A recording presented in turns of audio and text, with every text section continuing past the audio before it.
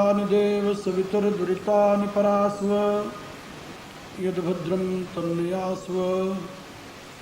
ॐ भृभुवः स्वः तत्सवितुर्वरेण्यं भर्गो देवस्य धीमहि धियो यो नः प्रचोदयात्। ॐ नारायणं नमस्कृत्य नरं चैव नरोत्तमं देवीं सरस्वतीं व्यासं ततो जयमुदीरयेत्। ॐ प्रणम्य शिरसा देवं मारुतिं करुणाकरं करोमि गीता व्याख्या भगवत भाव प्रकाशिनी। ओम शांति शांति शांति। ओम परावर रूप में उपस्थित मेरी प्रियात्माओं, करुणानिधान भगवान की करुणा आप सभी के लिए सदैव कल्याणकारिणी हो, यह मेरी आंतरिक शुभकामना। आज मेरे इस गीता ज्ञान यज्ञ का दूसरा दिन है। कल आप लोगों को बहुत सी बातें समझाई गई थी। गीता के संबंध में मूल बात बताई गई थी कि वेद से लेकर के महाभारत काल तक जो कुछ भी हिंदू जीवन के लिए परमोपयोगी और परम आवश्यक विचारधारा थी, सभी का संक्षेप रूप में सार स्वयं श्रीमन नारायण भगवान ने अर्जुन को माध्यम बनाकर गीता के रूप में प्रदान किया। इसलिए महाभारत के रचयिता भगवान व्यासदेव ने ये घोषणा की, गीता सुगीता कर्तव्या किमन्नय शास्त्र विस्तरय। यदि कोई गीता को अच्छी प्रकार से समझ ले तो उसे वेद से लेकर के और तब तक के विस्तृत शास्त्रों के अध्ययन का कोई जरूरत नहीं है। किम अन्नय शास्त्र विस्तरय, क्यों? इसलिए कि या स्वयं पद्मनाभस्य मुख पद्माद् विनिसितः। अन्य जितने शास्त्र हैं वो ऋषि प्रणीत है, और ये तो स्वयं श्रीमन नारायण के मुखारविंद की वाणी है। और आप लोग जानते हो कि मनुष्य के लिए क्या उपयोगी है, ये जो नारायण जानता है वो नर कैसे जान सकता है? नर तो भले ही विद्वान हो, भले ही तत्वदृष्टा बन जाए, भले ही ऋषि बन जाए, फिर भी नर तो नर ही है। वो नारायण की बराबरी नहीं कर सकता, नहीं कर सकता। इसीलिए यद्यपि हमारे सिद्धांत में भगवान व्यासदेव भी 24 अवतारों में एक अवतार माने जाते हैं। कृष्ण द्वैपायन भगवान व्यासदेव जिन्होंने महाभारत की रचना की है, उन्होंने भी मुक्त कंठ से भगवान श्रीमन नारायण श्री कृष्ण की महिमा का गान किया है, और श्री कृष्ण की महिमा का गान करके ही उन्होंने अपने जीवन को सार्थक बनाया है। इसलिए जो बात भगवान ने स्वयं श्रीमुख से कही है उसकी बराबरी कोई दुनिया में दूसरा शास्त्र नहीं कर सकता। इसलिए व्यासदेव ने स्वयं लिखा है, एकम शास्त्रम देवकी पुत्र गीतम, एको देवो देवकी पुत्र एव, एको मंत्रस्तस्य नामानि यानि कर्माण एकम तस्य देवस्य सेवा। कहा दुनिया में एक शास्त्र है, एक शास्त्र वो कौन सा? देवकी पुत्र गीता, भगवान श्री कृष्ण के द्वारा कही हुई भगवत गीता से बड़ा श्रेष्ठ और कोई दूसरा शास्त्र नहीं है।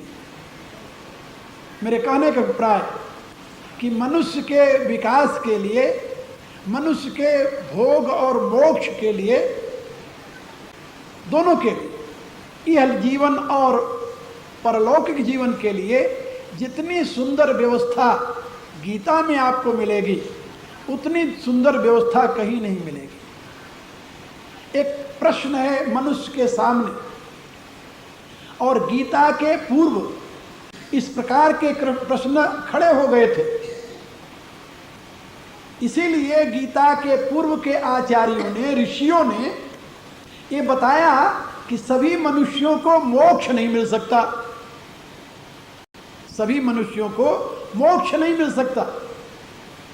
कोई ऐसा उपाय नहीं है जो सब स्तर पर रहने वाले मनुष्यों को मोक्ष मिल जाए। ऐसा गीता के पूर्व के ग्रंथों में पढ़ने को भी मिलता है। आपको जानकर यह आश्चर्य होगा कि गीता से पहले हमारे धर्म के दो विभाग कर दिए गए, उपनिषद और वेद के आधार पर। उसमें बताया गया कि कुछ लोग संसार में ऐसे हैं जो कर्म का त्याग नहीं कर सकते, कुछ लोग ऐसे हैं जो कर्म का त्याग कर सकते हैं। कहा जो कर्म का त्याग करेगा उसके लिए तो मोक्ष मिल जाएगा, लेकिन जो कर्म करता रहेगा उसको मोक्ष नहीं मिलेगा। इसके लिए दो ग्रंथ बन गए वेद के आधार पर, पूर्व मीमांसा और उत्तर मीमांसा। पूर्व मीमांसा में बताया गया कि तुम अच्छा कर्म करो, मरने के बाद तुम्हें स्वर्ग मिलेगा। जीते जी स्वर्ग मिलेगा, सुख मिलेगा कि नहीं इसकी गारंटी नहीं है, लेकिन मरने के बाद तुम्हें स्वर्ग मिलेगा, ये पूर्व मीमांसा का सिद्धांत है। उत्तर मीमांसा के आचार्य ने कहा कि स्वर्ग तो मिलेगा लेकिन मोक्ष नहीं मिलेगा। स्वर्ग जब तुम्हें मिलेगा तो स्वर्ग के पश्चात जब तुम्हारा पुण्य क्षीण हो जाएगा पुनः तुम मृतलोक में आ जाओगे। इसलिए जिसको मोक्ष चाहिए, पुनः संसार के प्रवाह में नहीं आना है, जिसे पुनरपि मनरम पुनरपि जननम पुनरपि जननी जठरे शयनम, जैसा आचार्य शंकर ने कहा, यदि इस प्रवाह में नहीं बहना है, सही में मोक्ष पाना है, तो तुम्हें कर्म का त्याग करना ही पड़ेगा और उसके लिए सन्यासी बनना ही पड़ेगा। और मोक्ष का केवल एक रास्ता है, वह आत्मज्ञान और सन्यास। ये उत्तर मीमांसा के सिद्धांत में प्रतिष्ठित किया गया। इसीलिए उत्तर मीमांसा को वेदांत दर्शन, ब्रह्म दर्शन और भिक्षु दर्शन भी कहते हैं। उसके बाद में भगवान कृष्ण जब समाज की गति को देखे, धर्म की संस्थापना के लिए तो भगवान का आगमन हुआ, ये तो आप लोग जानते हो। भगवान ने स्वयं कहा कि मैं तो धर्म की संस्थापना के लिए आया हूं। भगवान कृष्ण से पहले व्यासदेव हुए हैं और व्यासदेव ने अपना ब्रह्म सूत्र लिखा है।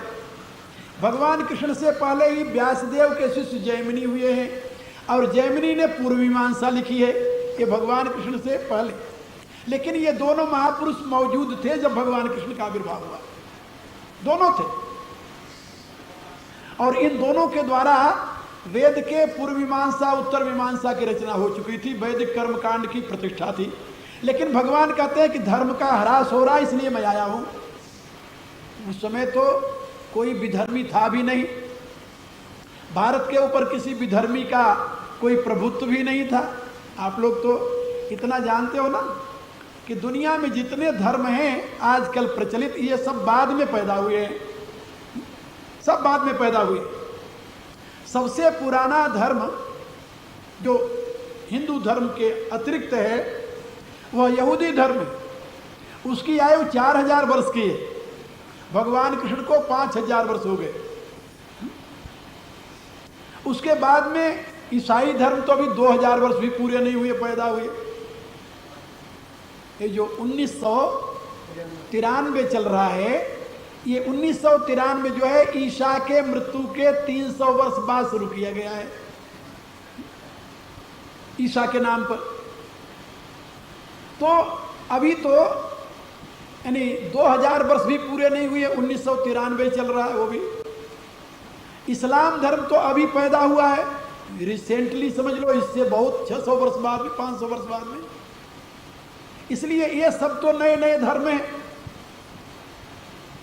महाभारत काल का कोई दूसरा धर्म नहीं है। और महाभारत काल में पारसी धर्म भी नहीं था, क्योंकि जरस्थ्रुस का जन्म 4000 वर्ष पहले हुआ है महाभारत के बाद। इसलिए उस समय न तो भारत पर कोई विधर्मी का शासन था, न तो भारत के अतिरिक्त कहीं धर्म का दूसरा प्रकाश था, और न तो इसकी बराबरी करने वाला कोई दूसरा धर्म था। फिर भगवान ने क्यों कहा कि धर्म की ग्लानि हुई इसलिए मैं आया हूं? धर्म संस्थापनार्थाय संभवामि जुगे जुगे। तो धर्म की ग्लानि कहाँ हुई थी?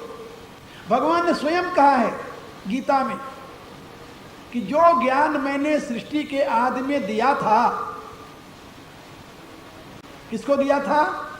विवस्वान को, सूर्य को। और विवस्वान ने अपने पुत्र